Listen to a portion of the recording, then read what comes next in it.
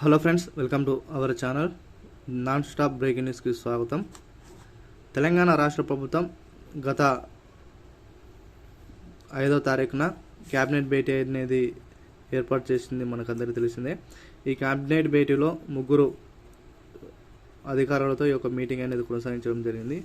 దానిలో ఒక 57 ప్రభుత్వ ఉద్యోగులకు సంబంధించిన 50 డిమాండ్స్ను, అదేవిధంగా మిగతా ఇతర పథకాల గురించి చర్చించడం జరిగింది.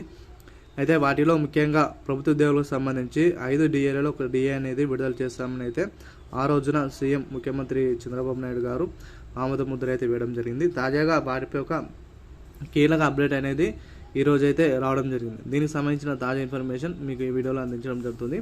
కాబట్టి ప్రతి ఒక్కరు కూడా వీడియోని ఎక్కడ స్కిప్ చేయకుండా చివరి వరకు చూడడానికి ప్రయత్నించండి.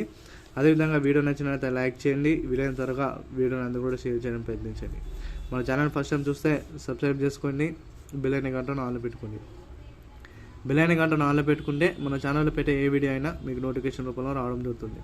ఈ వివరాలను పరిశీలించినట్లయితే ప్రభుత్వ ఉద్యోగులకు 3.64% డిఏ పెంపు, మరో జీవో 78 విడుదల చేసిన తెలంగాణ ప్రభుత్వం.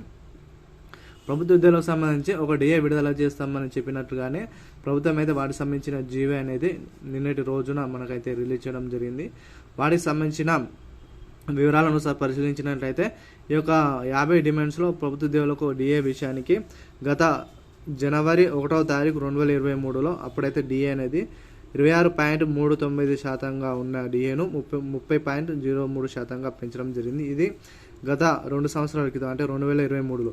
ఇలా చూసుకున్నట్లయితే వారి యొక్క ఇన్స్టాల్మెంట్ ఏరియాకి సంబంధించి 10% అయితే సిబిఎస్ కిందనైతే జమ కావడం జరుగుతుంది. అదేవిధంగా మిగతా 90% డిఎన్ఎస్ అలవెన్స్ అనేది ప్రభుత్వ ఉద్యోగులకు అయితే అందించబడుతుంది. అదేవిధంగా చూసుకున్నట్లయితే ఈ యొక్క డిఎన్ఎస్ అలవెన్స్ సంబంధించిన వారి యొక్క అమౌంట్ అనేది ఎప్పుడు క్రెడిట్ అవుతుంది అంటే 1 జూలై 2025, అంటే నెక్స్ట్ మంత్ 1వ తారీఖున ప్రతి ఒక్కరి ఖాతాలో, అంటే జీపీఎఫ్ అకౌంట్ ఎవరికైతే ఉన్నాయో ఈ యొక్క జీపీఎఫ్ అకౌంట్ ఉన్న వారికి మాత్రమే ఈ యొక్క డబ్బులు జమ అవుతాయని తాజాగా అయితే ఉత్తర్వులు అయితే జారీ చేయడం జరిగింది. ఈ విధంగా అయితే పెంచడం వలన ప్రభుత్వ ఉద్యోగులకు ఇది గొప్ప సువర్ణ అవకాశంగా భావించవచ్చు. ఏది ఏమైనా ప్రభుత్వ ఉద్యోగుల పరంగా తెలంగాణ రాష్ట్ర సర్కారు గొప్ప ప్రయోజనాలతో వారిని అడిగిన డిమాండ్స్కు నెరవేర్చే దిశగా ప్రభుత్వం అయితే ఆలోచన చేస్తామని చెప్పుకోవడానికి ఎటువంటి సందేహం లేదు. ఇటువంటి తాజా సమాచారం కోసం మన ఛానల్ సబ్స్క్రైబ్ చేసుకొని, అదేవిధంగా మీకు మరో వీడియోలో జీవో 78కి సంబంధించి కూడా ఏదైతే జీవో విడుదల చేసినో దానికి సంబంధించిన పీడిఎఫ్ కూడా మీకు అందించబడుతుంది.